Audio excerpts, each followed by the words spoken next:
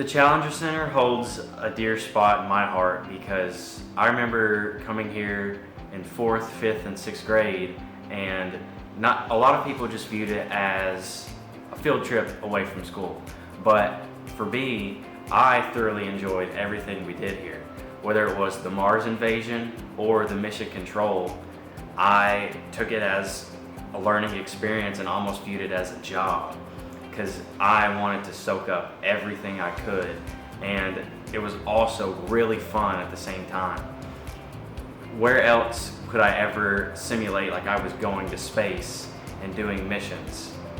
It was really cool, and I think it helped found my obsession with space and NASA, because it's always been a dream of mine to work for NASA, and I 100% believe that that was founded in this building. Growing up, I had a real interest in math. Math was always my favorite subject in elementary school, middle school, and high school. But my junior year of high school, I took chemistry, and I really liked chemistry, and I knew I wanted to try and combine chemistry and mathematics as much as I could, and I stumbled upon chemical engineering when applying to University of Kentucky. So I would say the thought was always kind of there, but as soon as I saw the major when applying, I just really felt like it was a good fit for me. I'm the first person in my family to pursue a degree in college, and it's very interesting because they don't really understand what I'm doing at all. Like, I'll try to tell them what I do on a daily basis, and they just kind of nod their head and go along with it. Although it is a really great thing for me, because even though they don't understand what I'm doing, they support me fully in everything I do, and that's a great tool for me.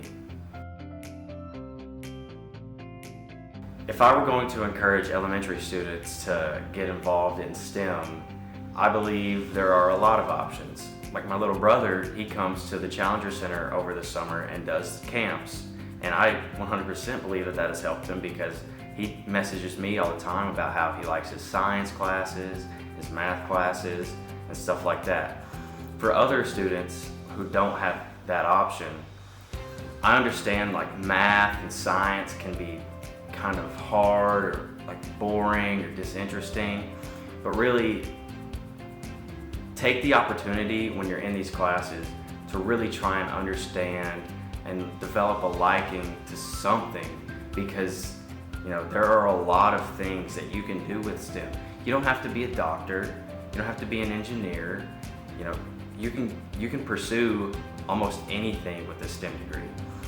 I know a lot of people don't want to think of STEM as anything other than being a doctor or an engineer, but I remember when I was going through elementary school, the Challenger Center was a huge, interesting thing for me.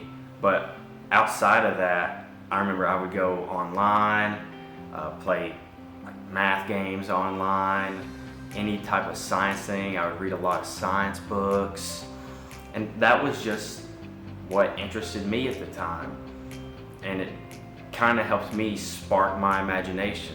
I remember space. I was really obsessed with space. I read Neil deGrasse Tyson's Astrophysics for People in a Hurry, or Stephen Hawking's A Brief History of Time. I know that's not going to be interesting for everybody, but that's what interested me. But there are so many resources for kids to just kind of take the negative connotation away from these, and I think it's very important that they get exposed to those. Coming to the Challenger Center was, like I said, it was more than just a field trip for me. It was really fun, but it was also a great learning experience, and it helped you attach an image to a potential career. That's what a lot of people, my thought process obviously was a lot different than everyone else's, not everyone else's, but a lot of people who came to the door, because I wanted this to be my reality.